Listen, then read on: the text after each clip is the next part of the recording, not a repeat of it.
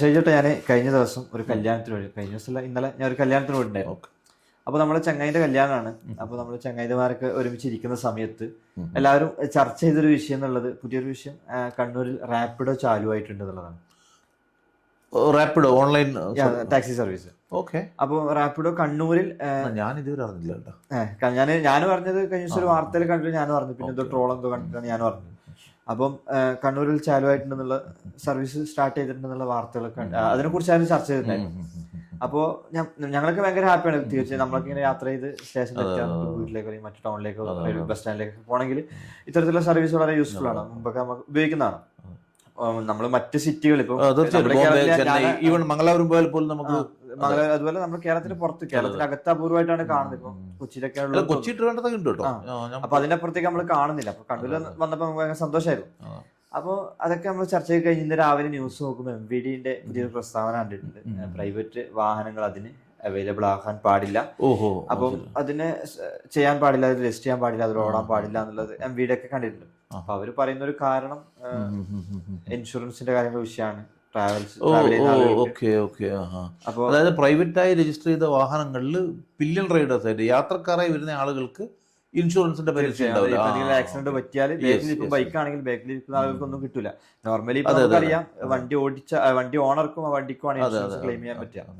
അപ്പൊ ഇത്തരത്തിൽ വിഷയങ്ങളൊക്കെ ചർച്ച ചെയ്തിട്ടാണ് MVD ഇത് പറഞ്ഞിട്ടുണ്ടായിരുന്നത്. അതൊരു നിയമപരമായിട്ട് നിലനിൽക്കുന്ന ഒരു കാര്യം തന്നെയാണ്. നിയമപരമായിട്ട് നല്ലൊരു കാര്യമാണ്. പക്ഷെ ഇപ്പൊ ഞാൻ മനസ്സിലാക്കുന്നത്, ഈ റാപ്പിഡോ വന്ന സമയത്ത് വന്നപാടൻ ഒരുപാട് ആളുകൾ അതിലേക്ക് രജിസ്റ്റർ ചെയ്തിട്ടുണ്ട്. പ്രത്യേകിച്ച് പാർട്ട് ടൈം ആയിട്ടൊക്കെ ഓടാൻ വേണ്ടി ആഗ്രഹിച്ച ആളുകളുണ്ടാവും. സ്വിഗ്ഗി ടൈപ്പിലൊക്കെ അതേപോലെയാണെന്ന് കരുതിയിട്ട്. അതെ.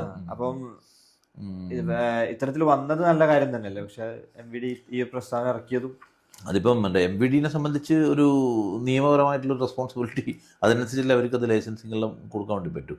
പക്ഷേ യഥാർത്ഥത്തിൽ നമ്മളിപ്പോൾ ഈ ബോംബെയിലോ ചെന്നൈയിലോ അല്ലെങ്കിൽ ഈവൻ മറ്റു പ്രദേശങ്ങൾ നഗരങ്ങളൊക്കെ പോയി കഴിഞ്ഞാൽ കണ്ടിട്ടുള്ളത് പ്രൈവറ്റ് സർവീസ്. ഉദാഹരണം, ഞാനിപ്പോൾ കഴിഞ്ഞൊരു മാസം എൻ്റെ റിലേറ്റീവിൻ്റെ വീട്ടിൽ, മംഗലാപുരത്ത് റിലേറ്റീവിൻ്റെ വീട്ടിൽ പോയിട്ടുണ്ടായിരുന്നു. ഇപ്പോൾ രാവിലെ എനിക്ക് 6:30 ട്രെയിൻ ഉണ്ട്. അപ്പോൾ 6 മണിക്ക് 6:15 ഇവിടുന്ന് ഇറങ്ങണം.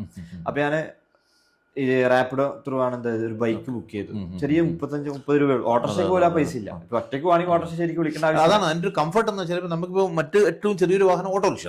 ഇപ്പൊ നമുക്ക് ഒരു വളരെ അടുത്തൊരു സ്ഥലത്താണ് പോകേണ്ടത്, ഒറ്റൊരാൾ മാത്രമേ ഉള്ളെങ്കിൽ തന്നെ ഈസിലി ഒരു അല്ലേ. അപ്പൊ ഞാൻ ഒരു 30-35 അത്ര കൊടുത്തുള്ളൂ. ആ ഒരു റേറ്റിനാണ് ഞാൻ ആ ഫ്ലാറ്റിൽ നിന്ന് റെയിൽവേ സ്റ്റേഷനിലേക്ക് പോയിട്ടുണ്ടായിരുന്നത്. അത് പ്രൈവറ്റ്, ഞാൻ നോക്കുമ്പോൾ പ്രൈവറ്റ് വാഹനമാണ്.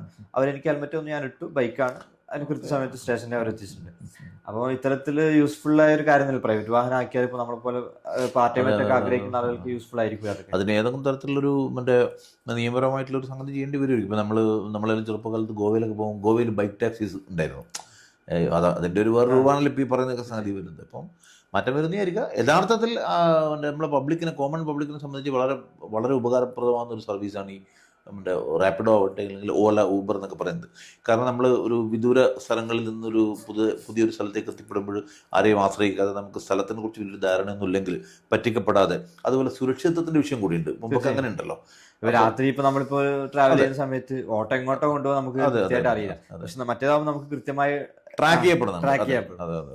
അപ്പോൾ അതൊരു വലിയ സൗകര്യമാണ്. അപ്പം പൊതുജനങ്ങൾക്ക് ഉപകാരപ്രദമാവുന്ന രീതിയിൽ അതിൻ്റെ സാങ്കേതികളും നൂലാമാലകളൊക്കെ പരിഹരിച്ച് MVD ഒരു തീരുമാനം എടുക്കുന്ന നമുക്ക്. പിന്നെ വേറെ വിഷയം നമുക്ക് സംസാരിക്കാനുണ്ടാവുക ഇതാണ്. അതായത് നോർമലി അവിടെ ഓട്ടോ സ്റ്റാൻഡിൽ വെക്കുന്ന ഓട്ടോകൾ, റാപ്പിഡോയിൽ ബുക്ക് ചെയ്യാത്ത അല്ലെങ്കിൽ റാപ്പിഡോ രജിസ്റ്റർ ചെയ്യാത്ത ഓട്ടോകൾ, അവർക്ക് വലിയ തിരിച്ചടിയാവും ഇത്തരത്തിൽ. തീർച്ചയായിട്ടും ഉണ്ടാവും. കാരണം ഇതേപോലുള്ള സർവീസസ് ഇതിൽ ഒരു പ്രധാനപ്പെട്ട കാര്യം എന്താ വെച്ചാൽ, റാപ്പിഡോ അല്ലെങ്കിൽ ഓല, ഊബർ പോലത്തെ സർവീസസിൽ പ്രൊഫഷണലിസം കുറച്ച് കൂടുതലാണ്. ഇപ്പം നമ്മളെ നാട്ടിൻപുറത്ത് എന്ന് പറഞ്ഞാൽ ടാക്സി ആയാലും ഓട്ടോ ഒക്കെ ആയിക്കഴിഞ്ഞാൽ എന്ന് പറഞ്ഞാൽ അത് ഒരു പ്രശ്നമുണ്ട്. ഇതിൻ്റെ അകത്ത് ആളുകളോട് പെരുമാറുന്നത്, റിസീവ് ചെയ്യുന്നത്, അങ്ങനെയൊക്കെ കുറേ കാര്യങ്ങൾ. പക്ഷേ പുതിയ തലമുറയിൽപ്പെട്ട ആളുകൾ സ്വാഭാവികമായിട്ടും ഈ രീതിയിലുള്ള സർവീസസ് വന്നു കഴിഞ്ഞാൽ അവരെ തന്നെ തിരഞ്ഞെടുക്കാൻ പറ്റും. ട്രാക്ക് ചെയ്യപ്പെടുമെന്നുള്ള ഉറപ്പുള്ളതുകൊണ്ടായിരിക്കും. അതെ, തീർച്ചയായിട്ടും. അതിൻ്റെ വേറെ അതിന് പിന്നെ ഫീഡ്ബാക്ക് കാര്യങ്ങൾ അങ്ങനെയൊക്കെ ഉണ്ട്. കാരണം ഇപ്പോൾ ഏതെങ്കിലും രീതിയിൽ മോശമായിട്ടുള്ള പെരുമാറ്റം അല്ലെങ്കിൽ കസ്റ്റമർ ഫ്രണ്ട്ലി അല്ലാത്ത പെരുമാറ്റമൊക്കെ വന്നു കഴിഞ്ഞാൽ ഫീഡ്ബാക്കിൽ പോകും. അപ്പോൾ അതുകൊണ്ട് ഒരു നല്ല ഒരു സർവീസ് തന്നെയാണ് തീർച്ചയായിട്ടും. അപ്പോൾ അതിൻ്റെ പ്രശ്നങ്ങളൊക്കെ പരിഹരിച്ചിട്ട് കണ്ണൂരുകാർക്കും അത് ഉപയോഗിക്കാൻ വേണ്ടി പറ്റുന്ന ഒരു അവസരം ഉണ്ടാവട്ടെ എന്ന് പ്രവർത്തിക്കാം. ഫിനാൻഷ്യലി എന്തെങ്കിലും, അതായത് ഇപ്പോൾ നമ്മൾ നോർമലി കഴുത്തിറക്കുന്ന പൈസ അതിനകത്ത് നിയന്ത്രണം വരും. അത് ഇത് ഓൾറെഡി പ്രീഫിക്സ്ഡ് ആയിരിക്കുമല്ലോ. നമ്മളിപ്പോൾ ഒരു സ്ഥലത്ത് നിന്ന് നിശ്ചിത സ്ഥലത്തേക്ക് ആപ്പ് വഴി അത് റൂട്ട് നിശ്ചയിച്ച് കഴിഞ്ഞാൽ അതിൽ ഇത്ര രൂപയാണ് കൊടുക്കേണ്ടതെന്ന് ഓൾറെഡി വന്നു കഴിഞ്ഞു. അപ്പോൾ അതിൽ കൂടുതൽ പേ ചെയ്യാൻ വേണ്ടി നമുക്ക് ബാധ്യതയില്ല. അപ്പോൾ സ്വാഭാവികമായിട്ടും അതും പ്രൊട്ടക്റ്റഡ് ആണ്. അപ്പോൾ അതുകൊണ്ട് എല്ലാ രീതിയിലും ഒരു നല്ലൊരു മറ്റേ ഇത് തന്നെയാണ്. ഞാൻ പക്ഷെ അറിഞ്ഞില്ല കേട്ടോ, ഇപ്പോൾ ഈ പറയുന്നത് മാത്രമേ ഞാൻ അറിയുന്നുള്ളൂ ഈ കാര്യത്തിനെ കുറിച്ചിട്ട്. ഓക്കെ. അപ്പൊ ഇത്തരത്തിൽ എല്ലാ സിറ്റികളും റാപ്പിഡോ ഇത്തരത്തിൽ സർവീസ് കൊണ്ടുവരുന്നത് എന്തുകൊണ്ടും നല്ല തന്നെ, പ്രത്യേകിച്ച് ഇപ്പൊ കണ്ണൂർ പോലുള്ള ഒരു നഗരത്തിൽ അല്ലെങ്കിൽ ഇത്തരത്തിൽ ടൗൺ ബേസ് ചെയ്തിട്ടെങ്കിലും കൊണ്ടുവരുന്നത്. ഇപ്പൊ നിലവിൽ നമ്മുടെ കേരളത്തിൽ ഞാൻ മനസ്സിലാക്കുന്നത് സാർ പറഞ്ഞ പോലെ കൊച്ചി അല്ലെങ്കിൽ തിരുവനന്തപുരം ഈ ഒരു ഏരിയയിൽ മാത്രമാണ് ഇത്തരത്തിലുള്ള സർവീസ് വ്യാപകമായിട്ടുള്ളത്. അപ്പം ഇത്തരത്തിൽ എല്ലാ സിറ്റികളും കോഴിക്കോടാട്ടെ കണ്ണൂരാട്ടെ നമ്മുടെ ഈ ഒരു മലബാർ കോഴിക്കോട് ഉണ്ട് എന്നാണ് എനിക്ക് തോന്നുന്നത്. കോഴിക്കോട് എനിക്ക് തോന്നുന്നു ടാക്സി സർവീസ് ഉണ്ട്, പക്ഷേ ഊബർ ഉണ്ടോ എന്നാണ് തോന്നുന്നത്. അപ്പൊ ഇത്തരത്തിൽ വരുന്ന എന്തുകൊണ്ട് പ്രത്യേകിച്ച് ബാച്ചിലേഴ്സ് ആയിട്ട് പോകുന്ന ഒറ്റയ്ക്ക് ഇൻഡിവിജ്വലി പോകുന്ന ആളുകൾക്കൊക്കെ യൂസ്ഫുൾ ആയിരിക്കും. ഇതിലൊരു പ്രധാനപ്പെട്ട കാര്യം നമ്മൾ ട്രാഫിക് സ്കിപ്പ് ചെയ്യാൻ വേണ്ടിയിട്ട് പ്രത്യേകിച്ച് ടൂ വീലറൊക്കെ ആകുമ്പോൾ, ഇപ്പോൾ റാപ്പിഡോ അല്ലെങ്കിൽ ഊബർ ടൂ വീലറൊക്കെ ആണെങ്കിൽ ട്രാഫിക്കിനെ സ്കിപ്പ് ചെയ്ത് നമുക്ക് നേരത്തെ പോകാനുള്ള സമയങ്ങളിൽ എല്ലാം കൊണ്ടും നല്ലതാണ്. അപ്പോൾ അതല്ല ഇപ്പം ഓട്ടോ ശരിക്കും ഒരു മൂന്നാൾക്കുള്ള സ്പേസ്, ഒറ്റയ്ക്ക് പോകാൻ വേണ്ടി നമ്മൾ ഒരിക്കലും ഓട്ടോ വിളിക്കേണ്ട ആവശ്യം സാധ്യതകളൊക്കെ ഉണ്ട്. അതെ. അപ്പോൾ അതാണ് എൻ്റെ ഒരു നമുക്ക് മാറ്റം ഉണ്ടാകുമെന്ന് പ്രതീക്ഷിക്കാം. MBD അതിനേതെങ്കിലും രീതിയിലുള്ളൊരു അപ്രൂവൽ നൽകുമെന്ന് പ്രതീക്ഷിക്കാം. കാരണം നമ്മളെല്ലാവരും ഒരു പക്ഷേ ഇന്നല്ലെങ്കിൽ നാളെ ഉപയോഗപ്പെടുത്താൻ വേണ്ടി പോകുന്നൊരു സർവീസ് തന്നെയാണ് ഈ റാപ്പിഡോ.